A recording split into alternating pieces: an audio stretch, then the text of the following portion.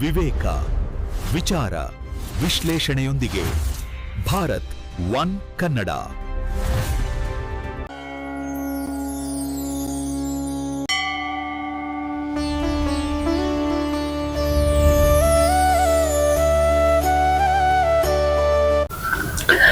ಸರ್ವರಿಗೂ ನಮಸ್ಕಾರ. ನಾನು ನಾಗೇಶ್ ಸೋಸ್ಲೆ, ಸುದ್ದಿ ಬುದ್ಧಿ ದಿನಪತ್ರಿಕೆ ಮತ್ತು ಭಾರತ್ ಒನ್ ಕನ್ನಡ ಚಾನೆಲ್ನ ಚೀಫ್ ಗೆಸ್ಟ್ ವಿಶೇಷ ಕಾರ್ಯಕ್ರಮದ ಇಂದಿನ ಅತಿಥಿಯಾಗಿ ಚಾಮರಾಜನಗರದ ಶ್ರೀ ಸಿದ್ದಮಲ್ಲೇಶ್ವರ ವಿರಕ್ತ ಮಠದ ಪೂಜ್ಯರಾದಂತಹ ಶ್ರೀ ಚನ್ನಬಸವ ಮಹಾಸ್ವಾಮಿಗಳು ನಮ್ಮ ಜೊತೆಗಿದ್ದಾರೆ. ಅವರಿಗೆ ಕಾರ್ಯಕ್ರಮಕ್ಕೆ ಆತ್ಮೀಯವಾದ ಗೌರವಪೂರ್ವಕವಾದ ಸ್ವಾಗತವನ್ನು ಬಯಸ್ತೇವೆ. ಕಾರ್ಯಕ್ರಮಕ್ಕೆ ಸ್ವಾಗತ. ನಮಸ್ತೆ. ಮಹಾಮಾನವತಾವಾದಿ ಜಗಜ್ಯೋತಿ ಬಸವೇಶ್ವರ ಅವರ ತತ್ವ ಆದರ್ಶಗಳ ಪರಿಪಾಲನೆಯಲ್ಲಿ ಚಾಮರಾಜನಗರದಂತಹ ಗಡಿ ಪ್ರದೇಶದಲ್ಲೂ ಕೂಡ ಬಸವಣ್ಣನ ಹೆಜ್ಜೆ ಗುರುತುಗಳನ್ನು ಹಿಂಬಾಲಿಸಿ ಕುಲಮೀರಿದ ಕೂಡಲ ಸಂಗಮನನ್ನು ಹಿಂಬಾಲಿಸುವ ಮೂಲಕ ಬಸವ ತತ್ವಗಳ ಆದರ್ಶಯುತವಾದ ಸನ್ಮಾರ್ಗದಲ್ಲಿ ನಡೆಯುತ್ತಿರುವಂತಹ ಶ್ರೀ ಮಲ್ಲೇಶ್ವರ ವಿರಕ್ತ ಮಠದ ಪೂಜ್ಯರಾದ ಶ್ರೀಗಳೊಂದಿಗೆ ಇಂದು ಇಲ್ಲಿಯ ಪರಂಪರೆ, ಇಲ್ಲಿಯ ಐತಿಹ್ಯ, ಚಾಮರಾಜನಗರದಲ್ಲಿ ಹೇಗೆ ಬಸವ ತತ್ವಗಳನ್ನು ಅನುಸರಿಸಿಕೊಂಡು ವಿರಕ್ತ ಮಠ ಆರಂಭ ಆಯಿತು ಅನ್ನೋದ್ರ ಬಗ್ಗೆ ಒಂದಷ್ಟು ಮಾಹಿತಿಗಳನ್ನು ಹಂಚಿಕೊಳ್ಳಿಸೋಣ. ಓಂ ಶ್ರೀ ಗುರು ಬಸವಲಿಂಗಾಯ ನಮಃ. ಬಸವಾದಿ ಪ್ರಮಥರನ್ನ ಎನ್ನ ಗುರುದೇವರನ್ನ ಋಣ್ಮಂದಿರದಲ್ಲಿ ಸ್ಮರಿಸುತ್ತಾ ಶ್ರೀ ಸಿದ್ದಮಲ್ಲೇಶ್ವರ ವಿರಕ್ತ ಮಠದ ಪರಂಪರೆ ಸುಮಾರು 60-70 ವರ್ಷಗಳ ಇತಿಹಾಸ ಹೊಂದಿರುವಂಥದ್ದು ಶ್ರೀಮಠ. ಮೂಲ ಗುರುಗಳಾದಂತಹ ಬಸವರಾಜ ಸ್ವಾಮಿಗಳವರು ಶ್ರೀಮಠವನ್ನು ಸ್ಥಾಪನೆಯನ್ನು ಮಾಡಿದ್ದು, ತದನಂತರ ಸಿದ್ದಬಸವರಾಜ ಮಹಾಸ್ವಾಮಿಗಳವರು ಎರಡು ಪೂಜ್ಯರು ಈ ಶ್ರೀಮಠದವನ್ನು ಮುನ್ನಡೆಸಿಕೊಂಡು ಬಂದಂಥ ಶ್ರೀ ಸಿದ್ದಮಲ್ಲೇಶ್ವರ ವಿರಕ್ತ ಮಠ ಪ್ರಾರಂಭ ಆಗಿರುವಂಥದ್ದು 1958ರಲ್ಲಿ ಆಗಿರುವಂಥದ್ದು. ಮೂಲ ಗುರುಗಳಾದಂತಹ ಬಸವರಾಜ ಮಹಾಸ್ವಾಮಿಗಳವರು ಊಟಿಯ ಕಾಟೇರಿಯಿಂದ ಜನ್ಮವನ್ನು ತಾಳಿ ತದನಂತರ ಸೋಮಳ್ಳಿಯ ಸಿದ್ದಮಲ್ಲಿಕಾರ್ಜುನ ಮಹಾಸ್ವಾಮಿಗಳವರ ಒಂದು ಶಿಷ್ಯರಾಗಿ ಮರಳಾಪುರಕ್ಕೆ ಬಂದು 2 ವರ್ಷಗಳ ಕಾಲ ಅವರ ಆಶ್ರಮವನ್ನು ಪಡೆದ ನಂತರ ಅವರು ಲಿಂಗೈಕ್ಯರಾದ ನಂತರ ಬೇರೆ ಹಳ್ಳಿಗಳಲ್ಲಿ ಸಂಚಾರವನ್ನು ಮಾಡಿ ಒಂದು ಕೇಂದ್ರದಲ್ಲಿ ಮಠವನ್ನು ಸ್ಥಾಪನೆಯನ್ನು ಮಾಡಬೇಕು ಅನ್ನೋ ಉದ್ದೇಶದಿಂದ ನಮ್ಮ ಮೂಲ ಗುರುಗಳು ಬಸವ ತತ್ವನಿಷ್ಠರು. ಎಲ್ಲರನ್ನೂ ಕೂಡ ಇವನಾರವನೆಂದೆನಿಸಯ್ಯ, ಇವ ನಮ್ಮನೆಂದೆನಿಸಯ್ಯ, ಕೂಡಲ ಸಂಗಮ ದೇವ ನಿಮ್ಮ ಮನೆಯ ಮಗನೆಂದೆನಿಸಯ್ಯ ಎಂಬ ವಚನದಂತೆ ನಮ್ಮ ಬಸವರಾಜ ಮಹಾಸ್ವಾಮಿಗಳವರು ಬಸವ ತತ್ವನಿಷ್ಠರು. ಅವರು ಈ ಭಾಗದಲ್ಲಿ ಬಸವ ತತ್ವವನ್ನು ಬಿತ್ತಬೇಕು, ಎಲ್ಲರಲ್ಲೂ ಕೂಡ ಬಸವ ತತ್ವ ಮನೆಗಳಲ್ಲಿ ಬೆಳಗಬೇಕು ಅನ್ನೋ ಉದ್ದೇಶದಿಂದ ಈ ಜಿಲ್ಲಾ ಮಟ್ಟದಲ್ಲಿ ಒಂದು ಆಶ್ರಮವನ್ನು ಅಥವಾ ಮಠವನ್ನು ಸ್ಥಾಪನೆಯನ್ನು ಮಾಡಬೇಕು ಅಂತ 1985ರಲ್ಲಿ ಈ ಮಠವನ್ನು ಸ್ಥಾಪನೆಯನ್ನು ಮಾಡಿದ್ರು. ಮಠವನ್ನು ಚಿಕ್ಕದಾಗಿ ಒಂದು ಗುಡಿಸಲನ್ನ ಹಾಕೊಂಡು ಶ್ರೀಮಠವನ್ನು ಸ್ಥಾಪನೆಯನ್ನು ಮಾಡಿದ್ರು. ಮಠವನ್ನು ಸ್ಥಾಪನೆಯನ್ನು ಮಾಡಿ ಇಲ್ಲಿ ಈ ಭಾಗದ ಯುವಕರು ಹಿರಿಯರಿಗೆ ಒಂದು ಬಸವ ತತ್ವ ಬೋಧನೆಯನ್ನು, ಧಾರ್ಮಿಕತೆಯನ್ನು ತುಂಬುವ ಒಂದು ಕೇಂದ್ರ ಬಿಂದುವನ್ನಾಗಿ ಈ ಮಠವನ್ನು ಮಾಡಿದ್ರು. ತದನಂತರ ಒಂದು ಸಾಂಸ್ಕೃತಿಕ, ಒಂದು ಶೈಕ್ಷಣಿಕವಾಗಿ ವಿದ್ಯಾರ್ಥಿಗಳು ಸಂಸ್ಕೃತಿಯನ್ನು ಬೆಳೆಸ್ಕೊಳ್ಬೇಕು ಅನ್ನೋ ಉದ್ದೇಶದಿಂದ 1995ರಲ್ಲಿ ಸಂಸ್ಕೃತ ಪಾಠಶಾಲೆಯನ್ನು ಪ್ರಾರಂಭ ಮಾಡಿದಂಥದ್ದು. ಆಗಿನ ಮುಖ್ಯಮಂತ್ರಿಗಳಾದಂತಹ ಬಿ.ಡಿ. ಜತ್ತಿ ಅವರು ಈ ಸಂಸ್ಕೃತ ಪಾಠಶಾಲೆಯನ್ನು ಪ್ರಾರಂಭ ಮಾಡಿದ್ದು. ಏನು ಮಕ್ಕಳಲ್ಲಿ ಒಂದು ಸಂಸ್ಕೃತಿ ಸಂಸ್ಕಾರ, ಭಾರತೀಯ ಸಂಸ್ಕೃತಿ ಬೆಳಿಬೇಕು ಅನ್ನೋ ಉದ್ದೇಶದಿಂದ ಒಂದು ಸಂಸ್ಕೃತ ಪಾಠಶಾಲೆಯನ್ನು ಕೂಡ ಪ್ರಾರಂಭ ಮಾಡಿ ಶೈಕ್ಷಣಿಕ ಕ್ರಾಂತಿಯನ್ನ ಮಾಡಿದಂಥವರು ಬಸವರಾಜ ಮಹಾಸ್ವಾಮಿಗಳವರು. ಅದೇ ನಂತರ ಒಂದು ಈ ಭಾಗದ ಎಲ್ಲ ಜನಗಳಿಗೆ ಒಂದು ಅನುಕೂಲ ಆಗಬೇಕು ಅಂತ ಮಠದಲ್ಲಿ ಒಂದು ಶಿಕ್ಷಣ ಸಂಸ್ಥೆ ಜೊತೆಗೆ ಒಂದು ಹಾಸ್ಟೆಲ್ ಅನ್ನ, ವಿದ್ಯಾರ್ಥಿ ನಿಲಯವನ್ನ ಪ್ರಾರಂಭ ಮಾಡಿದಂಥದ್ದು. ಏನು ಈ ಭಾಗದಲ್ಲಿ ಬಡ ವಿದ್ಯಾರ್ಥಿಗಳಿಗೆ ಏನು ಶಾಲಾ ಕಾಲೇಜಿಗೆ ಬಂದಂತಹ ವಿದ್ಯಾರ್ಥಿಗಳು ವಸತಿ ಸೌಲಭ್ಯವನ್ನ, ಪ್ರಸಾದ ಸೌಲಭ್ಯವನ್ನ ಮಾಡಬೇಕು ಅನ್ನೋ ಉದ್ದೇಶದಿಂದ ಶ್ರೀಮಠದಲ್ಲೇ ಪ್ರಾರಂಭ ಮಾಡಿದಂಥದ್ದು ಬಸವರಾಜ ಮಹಾಸ್ವಾಮಿಗಳವರು. ಎಲ್ಲ ಸಾಕಷ್ಟು ಶೈಕ್ಷಣಿಕ, ಧಾರ್ಮಿಕವಾಗಿ ಈ ಮಠವನ್ನ ಸ್ಥಾಪನೆಯನ್ನ ಮಾಡಿ ಅದರ ಮೂಲಕ ಗ್ರಾಮೀಣ ಭಾಗದಲ್ಲಿ ಒಂದು ಬಸವ ತತ್ವ ಏನು ಬಸವ ಜಯಂತ್ಯೋತ್ಸವ ಕಾರ್ಯಕ್ರಮ ಹಳ್ಳಿಗಳಲ್ಲಿ ಒಂದು ಸರಳವಾಗಿ ಆಚರಣೆಯನ್ನ ಮಾಡ್ತಿದ್ದಂಥದ್ದು ಗೊತ್ತಿರುವ ವಿಷಯ. ಈ ಜಿಲ್ಲಾ ಮಟ್ಟದಲ್ಲಿ ಒಂದು ಗ್ರಾಮಾಂತರ ಬಸವ ಜಯಂತ್ಯೋತ್ಸವ ಕಾರ್ಯಕ್ರಮ ನಡಿಬೇಕು, ಎಲ್ಲ ಗ್ರಾಮದ ಜನರನ್ನ ಒಂದ್ ಕಡೆ ಸೇರಿಸಿ ಸಮುದಾಯವನ್ನ ಒಂದು ಜಾಗೃತಿಗೊಳಿಸ್ಬೇಕು ಅನ್ನೋ ಉದ್ದೇಶದಿಂದ ಅದರ ಜೊತೆ ಸಾಮೂಹಿಕ ವಿವಾಹ ಆಗಿರ್ಬೋದು, ಇನ್ನಿತರ ಸೇವಾ ಕಾರ್ಯಕ್ರಮಗಳಾಗಿರ್ಬೋದು, ಧಾರ್ಮಿಕ ಕಾರ್ಯಕ್ರಮಗಳಾಗಿರ್ಬೋದು ಈ ಮಠದಲ್ಲಿ ಪ್ರಾರಂಭ ಆಗ್ಬೇಕು ಅನ್ನೋ ಉದ್ದೇಶದಿಂದ ಈ ಮಠದಲ್ಲಿ ಒಂದು ಗ್ರಾಮಾಂತರ ಬಸವ ಜಯಂತ್ಯೋತ್ಸವ ಕಾರ್ಯಕ್ರಮವನ್ನ ಬಸವರಾಜ ಸ್ವಾಮಿಗಳವರು ಪ್ರಾರಂಭ ಮಾಡಿದ್ರು. ಅಂದ್ರೆ ಶ್ರೀಮಠದಿಂದನೇ ಗ್ರಾಮಾಂತರ ಬಸವ ಜಯಂತ್ಯೋತ್ಸವ ಕಾರ್ಯಕ್ರಮ ನಡೆದಿತ್ತು. ಏನು ಈ ಸರ್ಕಾರಿ ಬಸವ ಜಯಂತ್ಯೋತ್ಸವ ಕಾರ್ಯಕ್ರಮಕ್ಕೂ ಮುಂಚೆ ಶ್ರೀಮಠದಿಂದನೇ ಒಂದು ಮೆರವಣಿಗೆ ಆಗಿರ್ಬೋದು, ಧಾರ್ಮಿಕ ಕಾರ್ಯಕ್ರಮ ಆಗಿರ್ಬೋದು, ಸಭೆ ಕಾರ್ಯಕ್ರಮ ಆಗಿರ್ಬೋದು ಮಠದಿಂದನೇ ಪ್ರಾರಂಭ ಆಗಿದ್ದಂಥದ್ದು. ತದನಂತರ ಏನು ಜಿಲ್ಲೆ ಆದ್ಮೇಲೆ ಸರ್ಕಾರಿ ಕಾರ್ಯಕ್ರಮದ ಜೊತೆ ಶ್ರೀಮಠವು ಕೂಡ ಸೇರ್ಕೊಂಡು ಒಂದು ಗ್ರಾಮಾಂತರ ಬಸವ ಜಯಂತ್ಯೋತ್ಸವ ಹಾಗೂ ಬಸವ ಜಯಂತ್ಯೋತ್ಸವ ಕಾರ್ಯಕ್ರಮವನ್ನ ನೆರವೇರಿಸ್ಕೊಂಡು ಬಂದಂಥದ್ದು. ಆಗ್ಲಿಂದನೂ ಕೂಡ ಬಸವ ಜಯಂತ್ಯೋತ್ಸವ ಕಾರ್ಯಕ್ರಮ ನಿರಂತರವಾಗಿ ಶ್ರೀಮಠದಲ್ಲಿ ನಡ್ಕೊಂಡು ಬರ್ತಾ ಇರುವಂತದ್ದು. ತದನಂತರ ಬಸವರಾಜ ಸ್ವಾಮಿಗಳವರು ಇಲ್ಲೇ ಪರಮಾಪುರ, ಚಾಮರಾಜನಗರ, ಗುಂಡ್ಲುಪೇಟೆ ತಾಲೂಕಿನ ಪರಮಾಪುರ ಗ್ರಾಮದ ಸಿದ್ದರಾಮ್ ದೇವರು ಅಂತ ಕರೀತಿದ್ರು. ಅವರು ದೇವನೂರಿನಲ್ಲಿ ಕಂತೆ ಭಿಕ್ಷದ ಕಾಯಕ ಮಾಡಿಕೊಂಡು ಅಲ್ಲಿ ಕಾಯಕ ಮಾಡ್ತಿದ್ರು. ಗುರುಗಳ ಒಂದು ಕರುಣೆಯಿಂದ ಸಿದ್ಧ ಬಸವರಾಜ ಸ್ವಾಮಿಗಳವರನ್ನ ಶ್ರೀಮಠಕ್ಕೆ ಕರ್ಕೊಂಡು ಬಂದು ಏನು ಕನಕಪುರದ ಮಹಾಲಿಂಗ ಸ್ವಾಮಿಗಳವರ ಒಂದು ಅಮೃತಾಸ್ತ್ರದಿಂದ ಅವರನ್ನ ವಿರಕ್ತಾಶ್ರಮ ಮಾಡಿ ಅವರ ಮುಂದಿನ ಉತ್ತರಾಧಿಕಾರಿಯನ್ನಾಗಿ ಮಾಡಿದಂಥದ್ದು. ಅವರು ಅವರ ಹಿರಿಯ ಗುರುಗಳ ಒಂದು ಆಶೀರ್ವಾದದೊಂದಿಗೆ ಅವರು ಹಾಕಿಕೊಟ್ಟಂತಹ ತತ್ವಗಳನ್ನ ಪಾಲಿಸ್ಕೊಂಡು ಗ್ರಾಮೀಣ ಭಾಗದ ವಿದ್ಯಾರ್ಥಿಗಳಿಗೆ ಏನು ವಿದ್ಯಾರ್ಥಿ ನಿಲಯ ಆಗಿರ್ಬೋದು, ಸಂಸ್ಕೃತ ಪಾಠಶಾಲೆ ಆಗಿರ್ಬೋದು ನಿರಂತರವಾಗಿ ಮಕ್ಕಳಿಗೆ ನಡೆಸ್ಕೊಂಡು ಪ್ರೋತ್ಸಾಹವನ್ನು ಕೊಡಬೇಕು ಅನ್ನೋ ಒಂದು ಉದ್ದೇಶದಿಂದ ಇನ್ನೂ ಹೆಚ್ಚು ವಿದ್ಯಾರ್ಥಿ ನಿಲಯವನ್ನ ಸ್ಥಾಪನೆಯನ್ನ ಮಾಡಿದಂಥದ್ದು ಸಿದ್ಧ ಬಸವರಾಜ ಸ್ವಾಮಿಗಳವರು.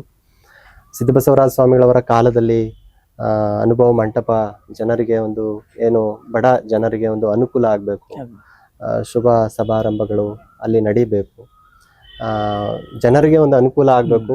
ಅದರ ಜೊತೆ ಒಂದು ಧಾರ್ಮಿಕತೆ ಮಠದಲ್ಲಿ ಒಂದು ಕಾರ್ಯಕ್ರಮ ಆಯ್ತು ಅಂದ್ರೆ ಧಾರ್ಮಿಕತೆ ಹೆಚ್ಚಾಗ್ಲಿ ಅನ್ನೋ ಒಂದು ಉದ್ದೇಶದಿಂದ ಸಮಾಜಕ್ಕೂ ಸಂಬಂಧ ಆಗ್ಲಿ, ಒಂದು ಸೇತುವೆ ಆಗ್ಲಿ ಅನ್ನೋ ಒಂದು ಉದ್ದೇಶದಿಂದ ಒಂದು ಬಸವ ಏನು ಅನುಭವ ಮಂಟಪವನ್ನ 1995ರಲ್ಲಿ ಪ್ರಾರಂಭ ಮಾಡಿದಂಥದ್ದು. ಅದು ಹಂತ ಹಂತವಾಗಿ 2022ರಲ್ಲಿ ಪೂರ್ಣಗೊಂಡಿರುವಂತದ್ದು. ಅಂದ್ರೆ ಈ ಅನುಭವ ಮಂಟಪಕ್ಕೆ ಯಾವುದೇ ಒಂದು ಸರ್ಕಾರದ ಒಂದು ಅನುದಾನ ಬಂದಿಲ್ಲ, ಅಂದ್ರೆ ಯಾವುದೇ ಮಠಕ್ಕೆ ತಗೊಂಡಿಲ್ಲ. ಭಕ್ತರಿಂದನೇ ಈ ಮಠ ಆಗ್ಲಿಂದನೂ ಕೂಡ ನಡ್ಕೊಂಡು ಬಂದಿರುವಂತದ್ದು ವಿಶೇಷವಾಗಿ ವೈಶಿಷ್ಟ್ಯವಾಗಿ ಇರುವಂತ ಶ್ರೀಮಠ. ಭಕ್ತರಿಂದನೇ ಭಕ್ತರಿಗೋಸ್ಕರನೇ ಈ ಮಠ ಇರುವಂತದ್ದು. 1995ರಲ್ಲಿ ಪ್ರಾರಂಭವಾದಂತಹ ಒಂದು ಅನುಭವ ಮಂಟಪ 2022ರಲ್ಲಿ ಪ್ರಾರಂಭ ಆಯಿತು.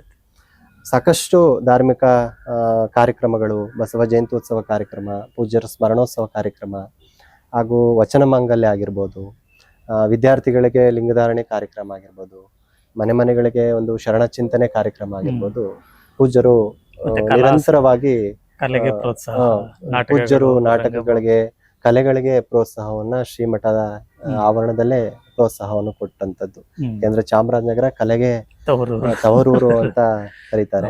ಶ್ರೀಮಠವು ಕೂಡ ಕಲೆಗೆ ಹೆಚ್ಚು ಪ್ರೋತ್ಸಾಹವನ್ನ ಕೊಡುವಂತಹ ಒಂದು ಮಠ ಆಗಿರುವಂತದ್ದು.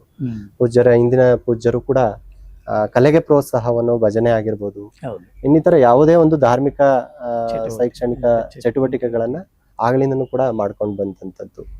ತದನಂತರ ಪೂಜ್ಯರು ಅನಾರೋಗ್ಯದ ಕಾರಣದಿಂದ ನಾನು ಕೂಡ ಇಲ್ಲೇ ವಿದ್ಯಾರ್ಥಿಯಾಗಿ ಹಾಸ್ಟೆಲ್ನಲ್ಲಿ ಓದ್ತಾ ಇದ್ದಂಥದ್ದು. ಹ್ಮ್ ಅವರು ಅವರ ಒಂದು ಕರುಣೆಯಿಂದ ಹ್ಮ್ ನಮಗೆ ಒಂದು ಕಾಯಕ ಮಾಡಕ್ಕೆ ಒಂದು ಅವಕಾಶ ಕೊಟ್ಟಂಥದ್ದು ಪೂಜ್ಯರು. ನಾವು 2011ರಲ್ಲಿ ಶ್ರೀಮಠದ ಉತ್ತರಾಧಿಕಾರಿಯಾಗಿ ನೇಮಿಸಿದಂಥದ್ದು ಪೂಜ್ಯರು.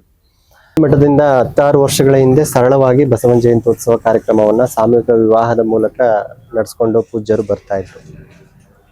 ನಾವು ಕೂಡ ಇಲ್ಲಿ ಭಾಗದ ಜನರನ್ನ ಒಂದ್ ಕಡೆ ಸೇರಿಸ್ಬೇಕು, ಜಿಲ್ಲಾ ಮಟ್ಟದ ಕಾರ್ಯಕ್ರಮ ಮಾಡಬೇಕು, ಅದರ ಜೊತೆ ಪೂಜ್ಯರ ಸ್ಮರಣೋತ್ಸವ ಕಾರ್ಯಕ್ರಮ ಮಾಡಬೇಕು, ಅದರ ಜೊತೆ ಯುವಕರಲ್ಲಿ ಬಸವ ಪ್ರಜ್ಞೆ ಮೂಡಬೇಕು, ಬಸವ ತತ್ವ ಸಿಂಚನಗೊಳ್ಬೇಕು ಅನ್ನೋ ಉದ್ದೇಶದಿಂದ ಗ್ರಾಮಾಂತರ ಬಸವ ಜಯಂತ್ಯೋತ್ಸವವನ್ನ ಸುಮಾರು ಒಂದು 16 ವರ್ಷಗಳ ಹಿಂದೆ ಒಂದು ಅದ್ದೂರಿಯಾಗಿ ಅದರ ಜೊತೆ ಪ್ರವಚನ ಕಾರ್ಯಕ್ರಮ ನಡ್ಸ್ಕೊಂಡು ಬರ್ತಾ ಇರುವಂತದ್ದು.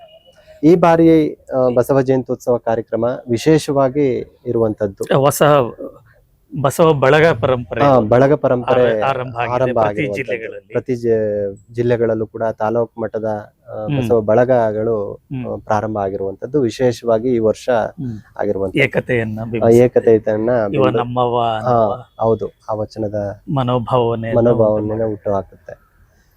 ಈ ವರ್ಷ ಗ್ರಾಮಾಂತರ ಬಸವ ಜಯಂತ್ಯೋತ್ಸವ ಹಾಗೂ ಪೂಜ್ಯರ ಒಂದು ಸ್ಮರಣೋತ್ಸವ ಕಾರ್ಯಕ್ರಮದ ಜೊತೆ ಏನು ಈ ಸಮಾಜದ ಎಲ್ಲ ಸಂಘಟನೆಗಳು ಸೇರಿ ಒಂದು ಒಕ್ಕೂಟವನ್ನ, ಬಸವ ಬಳಗದ ಒಕ್ಕೂಟವನ್ನ ಮಾಡಿಕೊಂಡು ನಮ್ಮ ಕಾರ್ಯಕ್ರಮದ ಜೊತೆ ಬಸವ ಜಯಂತ್ಯೋತ್ಸವ ಕಾರ್ಯಕ್ರಮ ಮಾಡ್ಬೇಕು ಅಂತ ಒಂದು ಕೇಳ್ಕೊಂಡಾಗ ತುಂಬಾ ಸಂತೋಷ ಆಯ್ತು. ಯಾಕೆಂದ್ರೆ ಒಂದು ಕಡೆ ಎಲ್ಲಾ ಸಂಘ ಸಂಸ್ಥೆಯವರು ಸೇರಿ ಮಾಡುವಂತ ಒಂದು ಸಂಘಟನೆ ತುಂಬಾ ಗಟ್ಟಿಯಾಗಿರುತ್ತೆ. ಮಾಡಿ ಅಂತ ಅವಕಾಶವನ್ನ ಕೊಟ್ಟಾಗ ತುಂಬ ಹೃದಯದಿಂದ ಅದನ್ನ ಸ್ವಾಗತಿಸಿದ್ವಿ.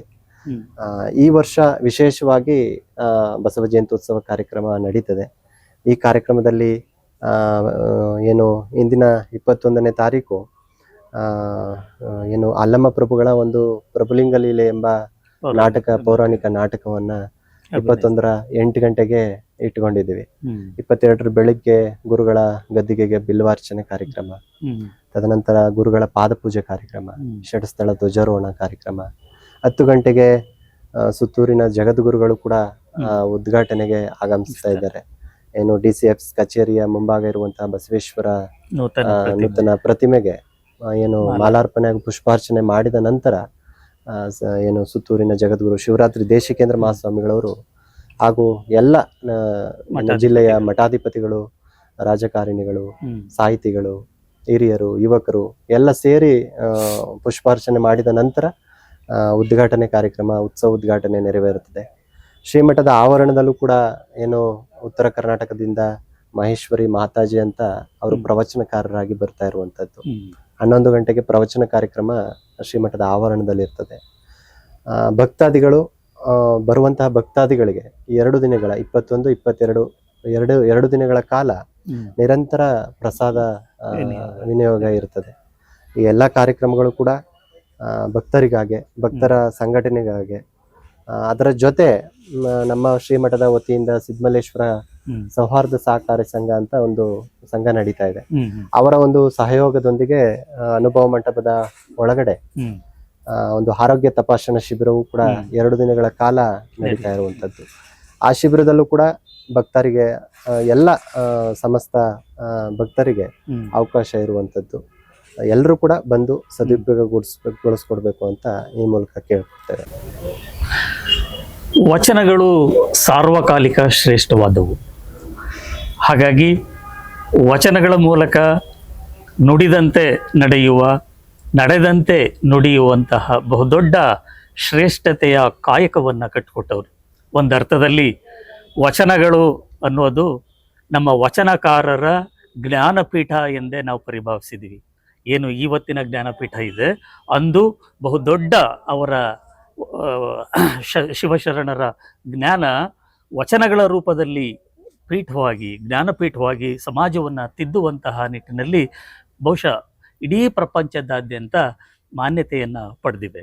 ಹಾಗಾಗಿ ಬಸವಣ್ಣನವರ ಆದಿಯಾಗಿ ಎಲ್ಲ ಶಿವಶರಣರ ವಚನಗಳ ಸಾರವನ್ನು ಸಮಾಜ ಹೇಗೆ ಬಳಸ್ಕೊಳ್ಬೇಕು ಅಂತ ತಾವು ಬಯಸ್ತೀರಿ? 12ನೇ ಶತಮಾನ ಅಂದ್ರೆ ಅದು ಸುವರ್ಣಾಕ್ಷರಗಳಿಂದ ಬರೆದಿಡುವಂತಹ ಒಂದು ಯುಗ, ಕಾಲಯುಗ. 12ನೇ ಶತಮಾನದಲ್ಲಿ ಬಸವಾದಿ ಶರಣರು, ಬಸವಣ್ಣನವರು, ಅವರ ಜೊತೆ ಎಲ್ಲ ವರ್ಗದ ಬಸವಾದಿ ಶರಣರು 12ನೇ ಶತಮಾನದಲ್ಲಿ ಬಂದಂಥದ್ದು. ಏನು 12ನೇ ಶತಮಾನದಲ್ಲಿ ಇವ ನಾರವನೆಂದೆನಿಸಯ್ಯ, ಇವ ನಮ್ಮವನೆಂದೆನಿಸಯ್ಯ, ಕೂಡಲ ಸಂಗಮ ದೇವ ನಿಮ್ಮ ಮನೆಯ ಮಗನೆಂದೆನಿಸಯ್ಯ ಅಂತ ವಚನ ಬಸವಣ್ಣನವರು ಬರೆದಿರುವಂಥದ್ದು. 12ನೇ ಶತಮಾನದಲ್ಲಿ ಎಲ್ಲ ಶರಣರನ್ನು ಕೂಡ ಒಂದ್ ಕಡೆ ಸೇರಿಸಿ, ಏನು ಡೋಹಾರ ಕಕ್ಕಯ್ಯ ಆಗಿರ್ಬೋದು, ಅಂಬಿಗರ ಚೌಡಯ್ಯ ಆಗಿರ್ಬೋದು, ಮಾದಾರ ಚೆನ್ನಯ್ಯ ಆಗಿರ್ಬೋದು, ನುಲಿಯ ಚಂದಯ್ಯ ಆಗಿರ್ಬೋದು, ಡೋಹಾರ ಕಕ್ಕಯ್ಯ ಆಗಿರ್ಬೋದು, ವಡಿವಾಳ ಮಾಚಯ್ಯ ಆಗಿರ್ಬೋದು, ಎಲ್ಲ ವರ್ಗದವರನ್ನು ಕೂಡ ಒಂದ್ ಕಡೆ ಸೇರಿಸಿ ಮಹಾಮನೆಯಲ್ಲಿ ವಚನವನ್ನ ಏನು ಜಗತ್ತಿಗೆ ಕೊಡುವಂತಹ ಒಂದು, ಸೃಷ್ಟಿ ಮಾಡುವಂತಹ ಒಂದು ಯುಗ ಅಂದ್ರೆ ಅದು 12ನೇ ಶತಮಾನ. ಸನ್ಮಾರ್ಗವನ್ನ ಹಾಕಿಕೊಟ್ಟಂತದ್ದು ಅದು 12ನೇ ಶತಮಾನ. ಅದರ ಜೊತೆಗೆ ದಯವೇ ಸಕಲ ಪ್ರಾಣಿಗಳಲ್ಲೂ ಕೂಡ ದಯವನ್ನ ಶ್ರೇಷ್ಠವಾದಂತಹ ಒಂದು ಧರ್ಮ. 12ನೇ ಶತಮಾನದಲ್ಲಿ ನಡೆನುಡಿಗೆ ಹೆಚ್ಚು ಆದ್ಯತೆಯನ್ನು ನೀಡಿದಂಥದ್ದು ಶರಣರು. ಏನು ನಡೆಯಲ್ಲಿ ಎಚ್ಚೆತ್ತು ನುಡಿಯಲ್ಲಿ ತಪ್ಪಿದರೆ, ನುಡಿಯಲ್ಲಿ ಎಚ್ಚೆತ್ತು ನಡೆಯಲ್ಲಿ ತಪ್ಪಿದರೆ, ಹಿಡಿದಿರ್ಪ ಲಿಂಗವೇ ಘಟ ಸರ್ಪ ನೋಡಯ್ಯ ಅಂತ ಹೇಳ್ತಾರೆ. ಅಂದ್ರೆ ನಡೆನುಡಿಗೆ ಹೆಚ್ಚು ಆದ್ಯತೆಯನ್ನ ನೀಡಿದಂಥದ್ದು ಶರಣರು. ಅವರು ನಡೆನುಡಿಗೆ ಒಂದಾಗದ ಭಕ್ತಿ ಹಿತ ಒಪ್ಪುದು ಶಿವಂಗಿ ಅಂತ ಹೇಳ್ತಾರೆ. ಅಂದ್ರೆ ನಡೆನುಡಿಗೆ ಹೆಚ್ಚು ಆದ್ಯತೆಯನ್ನ ನೀಡಿ ಅಂತರಂಗ ಬಹಿರಂಗದ ಒಂದು ಊಟವನ್ನ ಸೇರಿಸಿದಂಥದ್ದು 12ನೇ ಶತಮಾನ. ಈಗಿನ ಕಾಲಯುಗದಲ್ಲಿ ಯುವಕರಿಗೆ ಅತ್ಯಮೂಲ್ಯವಾಗಿ ವಿಶೇಷವಾಗಿ ಸಪ್ತಸೂತ್ರಗಳು ಬೇಕಾಗಿರುವಂತದ್ದು. ಈಗಿನ ವೈಜ್ಞಾನಿಕ ಯುಗದಲ್ಲಿ ಎಲ್ರಿಗೂ ಕೂಡ ಬೇಕಾಗಿರುವಂತದ್ದು ಏನು, ಕಲಬೇಡ, ಕೊಲಬೇಡ, ಹುಸಿಯ ನುಡಿಯಲು ಬೇಡ, ಮುನಿಯ ಬೇಡ, ತನ್ನ ಬಣ್ಣಿಸಬೇಡ, ಇದರೆ ಹಳಿಯಲು ಬೇಡ. ಇದೇ ಅಂತರಂಗ ಶುದ್ಧಿ, ಇದೇ ಬಹಿರಂಗ ಶುದ್ಧಿ, ಇದೇ ನಮ್ಮ ಕೂಡಲ ಸಂಗಮ ದೇವನೊಲಿಸುವ ಪರಿ ಎಂಬ ವಚನವನ್ನ ಈಗಿನ ಯುವಕರಲ್ಲಿ ತುಂಬುವಂತ, ಜನರಲ್ಲಿ ತುಂಬುವಂತ ಒಂದು ಕೆಲಸ ಆಗ್ಬೇಕಾಗಿರುವಂತದ್ದು. ಈಗಿನ ಕಾಲದಲ್ಲಿ ವಚನಗಳು ಬದುಕನ್ನ ಕಟ್ಕೊಳ್ಳುವಂತಹ ಒಂದು ಸರಳ ರೂಪದಲ್ಲಿ ಬರೆದಂತದ್ದು ಶರಣರು. ಸಾಮಾನ್ಯ ವಿದ್ಯಾವಂತರು ಕೂಡ ತಿಳಿಯುವಂತಹ ಒಂದು ವಚನ ಅಂತಂದ್ರೆ ಅದು 12ನೇ ಶತಮಾನದಲ್ಲಿ ಪಾಲಿಸುವಂತದ್ದು, ಸರಳವಾಗಿ ಜೀವನವನ್ನು ನಡೆಸುವಂತದ್ದು, ಪಾಲಿಸುವಂತಹ ಒಂದು ವಚನಗಳನ್ನ 12ನೇ ಶತಮಾನದಲ್ಲಿ ಕೊಟ್ಟಂತದ್ದು. ಅಂತ ವಚನಗಳನ್ನ ಮಕ್ಕಳಿಗೆ, ಯುವಕರಿಗೆ ತುಂಬುವಂತ ಒಂದು ಕೆಲಸ ಮನೆಗಳಲ್ಲಿ ಬೆಳಗ್ಬೇಕಾಗಿರುವಂತದ್ದು. ಅಂತ ಒಂದು ಕೆಲಸವನ್ನ ತಂದೆ ತಾಯಿಗಳು ಮಾಡಬೇಕಾಗಿರುವಂತದ್ದು ಈಗಿನ ತುರ್ತು ಸಂದರ್ಭದಲ್ಲಿ ಅಂತ ಅನ್ಸುತ್ತೆ. ನಿಜ, ಬಸವಣ್ಣನವರನ್ನ ಜಗದಗಲ ವಿಸ್ತಾರವಾಗಿರೋದ್ರಿಂದ ನಾವೆಲ್ಲೋ ಕೆಲವು ಮಾತುಗಳಲ್ಲಿ ಹಿಡ್ಕೊಳ್ಳೋದು ಕಷ್ಟದ ಕೆಲಸ. ಆದಾಗ್ಯೂ ಕೂಡ ಬಸವಣ್ಣನವರ ರೂಪವನ್ನ ಕಣ್ಮುಂದೆ ತೆಗೆದುಕೊಂಡಾಗ ಬಹುಶಃ ನಾವ್ ಏನಾಗ್ಬೇಕು, ಸಮಾಜ ಏನಾಗ್ಬೇಕು ಅನ್ನುವಂತಹ ಬಹುದೊಡ್ಡ ದೇವರ ಪರಿಕಲ್ಪನೆಯನ್ನೇ ತೋರಿಸಿದಂತದ್ದು ಈಗ ಜಗದಗಲ, ಮುಗಿಲಗಲ, ಮಿಗೆಯಗಲ ನಿಮ್ಮಗಲ, ಪಾತಾಳದಿಂದ ತತ್ತ ನಿಮ್ಮ ಶ್ರೀಚರಣ, ಬ್ರಹ್ಮಾಂಡದಿಂದ ತತ್ತ ನಿಮ್ಮ ಮಣಿಮುಕುಟ, ಅಗಮ್ಯ ಅಗೋಚರ ಅಪ್ರತಿಮ ಲಿಂಗವೇ ಎನ್ನ ಕರಸ್ಥಳಕ್ಕೆ ಬಂದು ಚುಳುಕಾದಿರಯ್ಯ ಅಂತ. ಇಂಥ ಬ್ರಹ್ಮಾಂಡವನ್ನ ಸೃಷ್ಟಿ ಮಾಡಿದಂತ ಭಗವಂತ ಎನ್ನ ಒಂದು ಚುಳುಕಾಗಿ ಬಂದು ಕೂತ್ಬಿಡಲ್ಲ ಅಂತ ಬಸವಣ್ಣವರು ಹೇಳಿದಾಗ ಜ್ಞಾನದ, ಹೌದು, ಅದು ಅವ್ರನ್ನ ಭಕ್ತಿ ಭಂಡಾರಿ ಅಂತ ಕರೆದಿದ್ದು, ಜ್ಞಾನ ಭಂಡಾರಿ ಅಂತ ಕರೆದಿದ್ದು. ಅದು ಒಂದ್ ರೀತಿ ಜ್ಞಾನ ದಾಸೋಹವೇ ಹೌದು ಅಂತ ಅನ್ಸುತ್ತೆ. ಜ್ಞಾನವನ್ನ ದಾಸೋಹವಾಗಿ ಉಣಬಡಿಸಿದಂತಹ ಬಹುದೊಡ್ಡ ಶ್ರೇಷ್ಠ ದಾರ್ಶನಿಕ ಮಹಾಪುರುಷ ಅಣ್ಣ ಬಸವಣ್ಣವರು. ಚಾಮರಾಜನಗರದ ಪಟ್ಟಣದ ಪ್ರಮುಖ ಹೃದಯ ಭಾಗದಲ್ಲಿ ಶ್ರೀ ಸಿದ್ದಮಲ್ಲೇಶ್ವರ ವಿರಕ್ತ ಮಠ ಇದೆ. ಪುಟ್ಟದಾಗಿ ಆರಂಭಗೊಂಡಂತಹ ಈ ಮಠ ಸೇವಾ ಹಿರಿತನದಲ್ಲಿ ಬಹುದೊಡ್ಡದಾಗಿ ಇತ್ತೀಚಿನ ದಿನಗಳಲ್ಲಿ ಬೆಳೀತಾ ಇದೆ. ಅನುಭವ ಮಂಟಪ ಆಗಿದೆ. ಅಲ್ಲಿ ಈಗಾಗಲೇ ಬಹುದೊಡ್ಡ ಕಾಯಕ ಚಟುವಟಿಕೆಗಳು, ಸೇವಾ ಚಟುವಟಿಕೆಗಳು ನಿರಂತರವಾಗಿ ನಡೀತಾ ಇವೆ. ಅಭಿವೃದ್ಧಿಯ ಕಾರ್ಯಕ್ರಮಗಳು ಕೂಡ ಬಹಳಷ್ಟು ವಿಸ್ತಾರ ಆಗ್ತಾ ಇವೆ, ವಿಕಾಸವಾಗ್ತಾ ಇದೆ. ಜೊತೆಗೆ ಇಲ್ಲಿ ಒಂದು ಬಹುದೊಡ್ಡ ನಿರಂತರವಾದಂತಹ ದಾಸೋಹ ಭವನಕ್ಕೆ ಚಾಲನೆ ಕೊಟ್ಟು ಈಗಾಗಲೇ ಅದು ಬಹುದೊಡ್ಡ ಪ್ರಗತಿಯಲ್ಲಿದೆ. ಅದು ಹೇಗೆ ಅದರ ಕಾರ್ಯ ಚಟುವಟಿಕೆಗಳು ಸ್ವಾಮಿ? ಅದು ದಾಸೋಹ ಭವನ ಮಾಡ್ಬೇಕು ಅನ್ನೋ ಮೂಲ ಉದ್ದೇಶ ಭಕ್ತರಿಗೆ ಒಂದು ಅನುಕೂಲ ಆಗ್ಲಿ ಅಂತ. ಏನು ಇದು ಚಾಮರಾಜನಗರ ಒಂದು ಪ್ರೇಕ್ಷಣೀಯ ಸ್ಥಳ. ಏನು ಮಲೆ ಮಹದೇಶ್ವರ ಬೆಟ್ಟ ಆಗಿರ್ಬೋದು, ಪ್ರವಾಸೋದ್ಯಮಕ್ಕೆ ದೊಡ್ಡ ಬಿಳಿಗಿರಂಗ್ ಬೆಟ್ಟ ಆಗಿರ್ಬೋದು, ಗೋಪಾಲಸ್ವಾಮಿ ಬೆಟ್ಟ ಆಗಿರ್ಬೋದು, ಜಾನಪದ ಕಲೆಯ ತವರೂರು ಚಾಮರಾಜನಗರ. ಇಲ್ಲಿ ಬಂದಂತಹ ಭಕ್ತರು ಶ್ರೀಮಠಕ್ಕೆ ಭೇಟಿ ಕೊಡೋದು ಸಹಜ. ಏನು ಸುಮಾರು ದಿನನಿತ್ಯನೂ ಕೂಡ ಪ್ರಸಾದ ನಿತ್ಯ ಪ್ರಸಾದ ನಡೀತಾ ಇರುವಂತದ್ದು. ಜನರಿಗೆ ಅನುಕೂಲ ಆಗ್ಬೇಕು ಅನ್ನೋ ಉದ್ದೇಶದಿಂದ ಒಂದು ದಾಸೋಹ ಭವನವನ್ನ ನಿರ್ಮಾಣ ಮಾಡುವಂತದ್ದು 2022ರಲ್ಲಿ ಅದು ಸುತ್ತೂರಿನ ಜಗದ್ಗುರುಗಳು ಹಾಗೂ ಅರಗುರು ಚರಮೂರ್ತಿಗಳ ಸಮ್ಮುಖದಲ್ಲಿ ಅದು ಭೂಮಿ ಪೂಜೆ ಆದಂತದ್ದು. ಈಗ ಅರ್ಧ ಭಾಗ ಪೂರ್ಣ ಆಗಿರುವಂತದ್ದು. ಸುಮಾರು 3.5 ಕೋಟಿ ವೆಚ್ಚದಲ್ಲಿ ದಾಸೋಹ ಭವನ ದೊಡ್ಡ ಬಜೆಟ್ ಅಲ್ಲಿ ನಡೀತಾ ಇರುವಂತದ್ದು.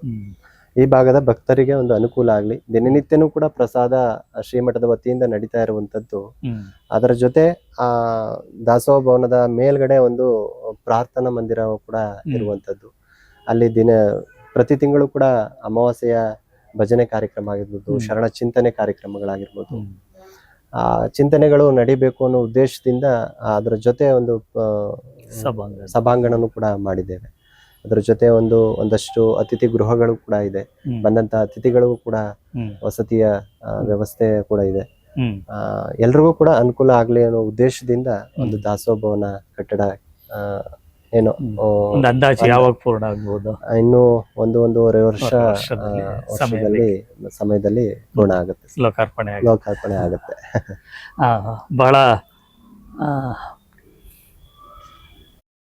ಬಹಳ ಶ್ರೇಷ್ಠವಾದ ಆಶಯದೊಂದಿಗೆ ಶ್ರೀಮಠದಲ್ಲಿ ದಾಸೋಹ ಭವನವನ್ನು, ಭವ್ಯವಾದಂತಹ ದಾಸೋಹ ಭವನ ಮತ್ತು ಪ್ರಾರ್ಥನಾ ಮಂದಿರ ಮತ್ತು ತಂಗು ವ್ಯವಸ್ಥೆಯನ್ನು ಮಾಡ್ಕೊಳ್ಳೋದಕ್ಕೆ ಅವಕಾಶವನ್ನು ಮಾಡಿಕೊಳ್ಳಿ. ಸುಮಾರು 3.5 ಕೋಟಿ ವೆಚ್ಚದಲ್ಲಿ ನಿರ್ಮಾಣ ಆಗ್ತಾ ಇದೆ.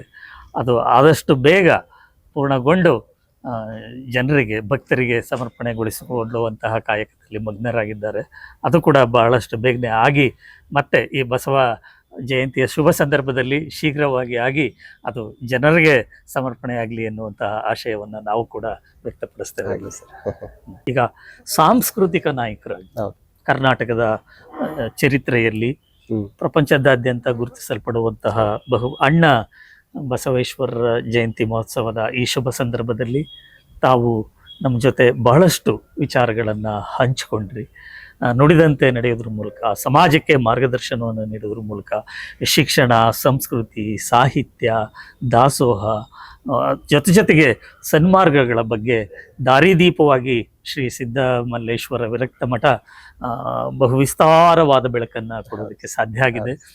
ಈ ಬಸವ ಜಯಂತಿಯ ಶುಭ ಸಂದರ್ಭದಲ್ಲಿ ನಮಗೆ ತಮ್ಮ ಅಮೂಲ್ಯವಾದಂತಹ ಸಮಯವನ್ನು ದಯಪಾಲಿಸುವುದರ ಮೂಲಕ ಈ ಬಾರಿಯ ಚೀಫ್ ಗೆಸ್ಟ್ ಅಂಕಣದಲ್ಲಿ ಅತ್ಯುತ್ತಮವಾದಂತಹ ವಿಚಾರಧಾರೆಗಳನ್ನು ಹಂಚಿಕೊಂಡಿದ್ದೀರಿ. ಅದಕ್ಕೆ ತಮಗೆ ಅತ್ಯಂತ ಗೌರವಪೂರ್ವಕವಾದಂತಹ ಪ್ರಣಾಮಗಳನ್ನು ಸಲ್ಲಿಸ್ತೇವೆ. ಶರಣ.